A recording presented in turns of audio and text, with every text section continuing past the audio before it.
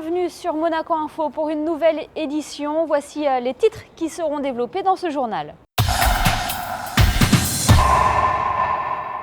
La compagnie des autobus de Monaco vient de dévoiler ses nouveaux bus hybrides. Une présentation s'est déroulée en présence de son Altesse Sérénissime le Prince Albert II. Le centre hospitalier Princesse Grace étend son partenariat avec l'Université de Pennsylvanie en créant un service de conciergerie. Nous vous en dirons plus dans cette édition. Santé toujours avec les après-midi du zapping, une démarche de prévention et de sensibilisation à destination des lycéens, concernant notamment les maladies sexuellement transmissibles. Et puis nous reviendrons sur ce concert de l'Orchestre Philharmonique de Monte-Carlo, un concert où la musique française était à l'honneur, avec notamment la présence de la soliste Lise de la Salle. Nous ouvrons donc ce journal avec la compagnie des autobus de Monaco qui vient de présenter ses nouveaux bus hybrides. Il s'agit là de nouveaux véhicules, nouvelle génération qui viennent compléter ceux déjà présents en principauté. Alors, quelles sont leurs particularités? Eh bien, la réponse dans ce reportage signé Christinda Thomel. 7 nouveaux véhicules hybrides vont être mis en service dans les prochains mois sur les lignes de la compagnie des autobus de Monaco. Dérivés du modèle livré en 2014, ces autocars bénéficient des dernières améliorations techniques visant à une réduction des émissions fossiles. Ces véhicules améliorés répondent donc à toutes les demandes, un accès facilité grâce à un nouveau système d'ouverture de portes type tramway, un système d'accès commandé et un nouvel aménagement en termes de position de siège, pouvant ainsi mieux accueillir les personnes à mobilité réduite et les fauteuils roulants, un nouveau design extérieur mais aussi intérieur, avec un dress code repensé dans les tons de vert. Cependant, le point fort de ce dernier né de la CAM réside dans sa toute nouvelle technologie. Ce sont des véhicules qui sont dérivés des séries précédentes, hybrides, puisque nous avons déjà 8 véhicules hybrides qui circulent à Monaco. Ces véhicules ont une particularité, c'est la notion de stop and go, c'est-à-dire que la génératrice diesel, qui fonctionne au diester, un biocarburant, eh bien, est susceptible de s'arrêter lorsque les batteries du véhicule sont suffisamment chargées. Donc par exemple sur un trajet du type jardin exotique Monaco-Ville, l'énergie est récupérée lors du freinage en descente et les batteries se rechargent. Et ainsi on peut rouler en électrique. C'est la principale des modifications au niveau technique. Là, nous avons roulé tout en électrique et je crois que c'est tout à fait extraordinaire et c'est un grand pas en avant et c'est formidable qu'à la compagnie des autobus de Monaco, nous ayons le premier exemplaire de cette taille. Il existait d'autres bus hybrides de plus petite taille et de plus petite capacité ailleurs, mais je crois que nous avons été les premiers à bénéficier de ce bus de grande taille. Et vous avez vu qu'il est très confortable. Alors, il y a eu aussi des améliorations, des changements dans la décoration même de l'intérieur du bus, et, avec une nouvelle charte couleur. Mais je crois que ça va apporter un réel changement et un réel confort. Et puis c'est tout à fait dans la démarche que nous souhaitions, c'est-à-dire qu'entre les bus qui roulent en diester et maintenant ceux hybrides, eh bien, nous arriverons à une consommation qui sera extraordinairement réduite. Et je crois que c'est un grand pas en avant, c'est une belle promesse pour le futur. Pour un meilleur confort des usagers et pour un environnement plus respectueux, sachez que les véhicules du parc des autobus de Monaco seront à terme tous équipés de ce nouveau système hybride. Parlons à présent de cette collaboration entre le centre hospitalier Princesse Grace et l'Université de Pennsylvanie aux États-Unis. En 2013, les deux établissements ont signé une convention de partenariat. Et bien, ce partenariat vient de s'étendre avec la création d'un service de conciergerie. Vanille Bourillon vous en dit plus. Signée en 2013, la convention de partenariat entre UPenn et le CHPG se développe. En relation avec Philadelphie depuis des années, terre d'origine de la Princesse Grace, les liens se resserrent aujourd'hui par le biais de la médecine et de ce service de conciergerie. Le premier, c'est des échanges entre médecins pour approfondir les connaissances et améliorer les relations. Et le deuxième objectif, c'est de mettre éventuellement des protocoles de recherche en commun. Et le troisième est un échange de technologies sur les technologies les plus performantes des deux côtés, des États-Unis et de Monaco. L'objectif sera de promouvoir les programmes de soins hospitaliers et d'apporter à la population monégasque et internationale le savoir-faire des médecins de l'Université de Pennsylvanie, ainsi que la possibilité d'avoir un second avis médical. C'est très important pour la principauté de Monaco d'avoir un partenariat avec une université aussi célèbre aux États-Unis. Et donc, bien entendu, le CHPG a actuellement un projet de création d'une unité de bilan pour faire des check-up haut de gamme, où on souhaite attirer une clientèle internationale à Monaco. Et ceux qui le souhaitent, ils pourront avoir une prise en charge en deuxième recours à Philadelphie. Mettre en commun les recherches, attirer une population internationale, cette collaboration va aussi permettre des échanges d'étudiants, de médecins et de technologies, en particulier dans le secteur de la cardiologie et de l'oncologie. Eh bien, nous avons plusieurs moyens de faire fonctionner cette connexion. Premièrement, nous avons demandé à quelques docteurs de l'hôpital Princesse Grace de venir nous voir à l'université et certains de nos docteurs sont venus à Monaco pour qu'ils puissent commencer à travailler ensemble. Nous avons également un nouveau service de conciergerie où nous pouvons faire des conférences pour apporter un deuxième avis par vidéo. Donc les médecins de Monaco peuvent directement travailler avec les docteurs de Penn Medicine. Ce partenariat va permettre au centre hospitalier Princesse Grace de devenir une référence dans le monde de la médecine, une preuve supplémentaire de l'excellence de la principauté dans le domaine de la santé. Restons dans le domaine de la santé avec cette démarche de prévention et de sensibilisation à destination des lycéens. Chaque année, les après-midi du zapping rassemblent de nombreux étudiants afin de les renseigner sur les questions liées notamment à la sexualité et au VIH/SIDA, une prévention ludique et interactive que vous présente Vanille Bourillon. Le but de cet après-midi est d'apprendre aux jeunes tout ce qu'ils doivent savoir sur la sexualité et ses risques, mais sur le ton de l'humour, ainsi qu'à l'aide de formats qu'ils connaissent bien, le zapping, un moyen de les intéresser davantage et de les faire réagir. On utilise du coup une projection vidéo inspirée du zapping de Canal+, pour parler des prises de risques en général, des notions de performance et entrecoupé de spots de prévention.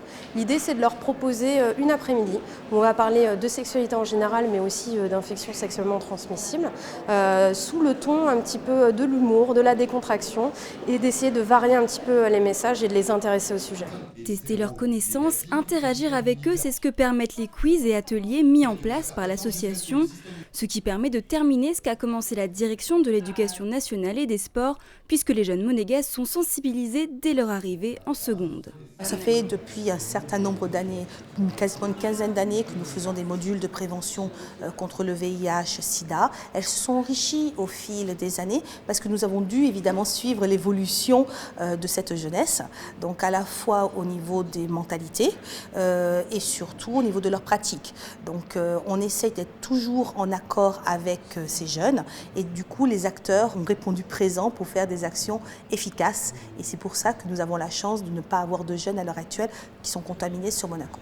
Malgré la transmission rapide des informations par le biais d'Internet, les jeunes ont quand même quelques lacunes auxquelles Solidarité SIDA souhaite remédier. En fait, cette information, elle n'est pas toujours très bien maîtrisée et c'est pour ça que c'est important dans un programme de prévention et ce que fait très bien du coup l'éducation nationale de Monaco, de pouvoir proposer aux jeunes d'avoir plusieurs séances d'éducation du coup à la vie affective et sexuelle et de pouvoir un petit peu varier les messages, varier les thèmes parce qu'on se rend compte que les jeunes aujourd'hui, ils ont des connaissances mais parfois elles sont juste mal maîtrisées, il faut savoir les remettre dans le bon ordre. Près de 400 élèves ont assisté à cet après-midi du zapping et même si les jeunes monégasques sont considérés comme de bons élèves, leur rappeler les éléments de prévention ne peut leur être que bénéfique. Voilà pour les après-midi du zapping. Parlons à présent de ce concert donné dimanche dernier à l'auditorium Régnier III par l'Orchestre Philharmonique de Monte-Carlo. Au programme de la musique française avec notamment une œuvre qui n'a plus été jouée en principauté depuis 1998. Il s'agit du concerto numéro 2 pour piano et orchestre de Camille Saint-Saëns avec la soliste Lise de la Salle. Le reportage de José Sacré.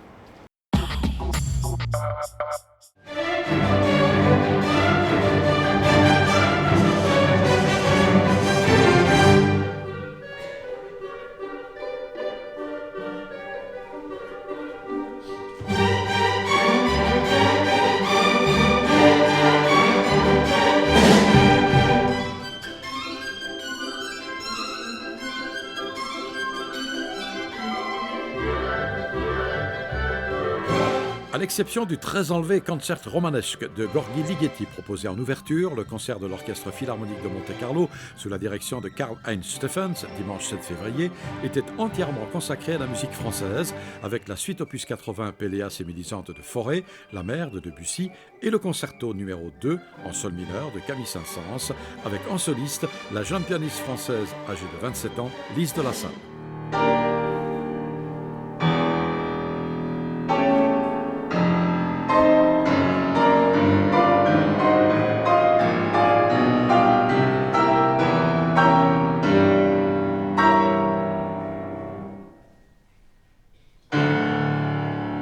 J'aime beaucoup cette œuvre, ce concerto. Vous l'avez entendu, on passe par toutes les atmosphères avec son premier mouvement assez grave et presque classique, le deuxième mouvement qui est une farce mais très élégante à la française, et puis ce final, ce tourbillon. Donc c'est vraiment une œuvre que j'adore, qui est agréable à jouer, qui est accessible facilement pour le public, avec des grandes lignes, des grandes mélodies, une énergie fantastique. Donc pourquoi s'en priver ?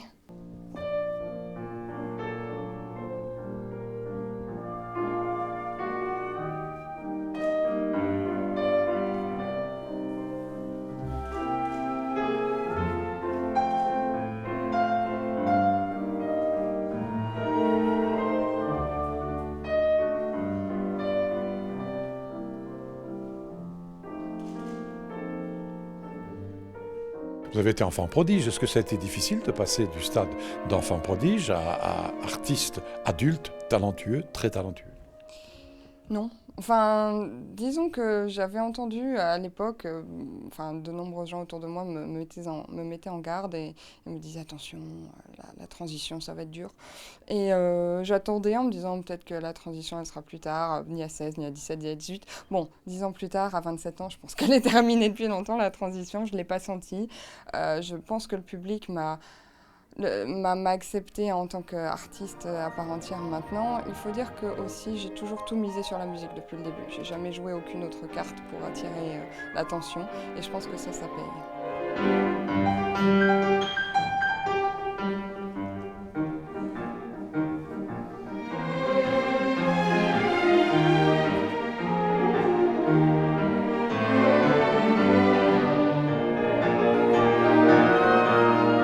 Vous avez joué avec les plus grands orchestres, les plus grands chefs. Votre carrière est lancée une belle carrière. Comment la considérez-vous? Comme quelque chose que vous allez construire sagement ou comme une aventure musicale? C'est une aventure. Moi, je suis j'aime l'aventure dans tous les domaines. Donc, certainement, pour la carrière, c'est tous les jours une aventure, une surprise, des nouveaux défis, de nouvelles œuvres à apprendre. C'est une vie pleine d'excitation et d'adrénaline, et c'est ça que j'aime.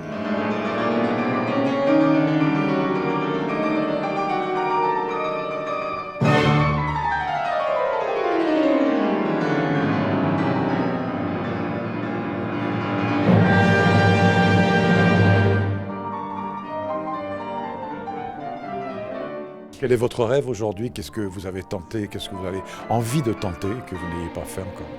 J'ai simplement envie d'être dans 10, 15, 20, 60 ans la même, pleine d'émerveillement et de me sentir... Aujourd'hui, j'ai l'impression d'avoir 5-6 ans et d'être devant l'arbre de Noël à chaque fois que je rentre sur scène. Et j'aimerais vraiment que ça continue.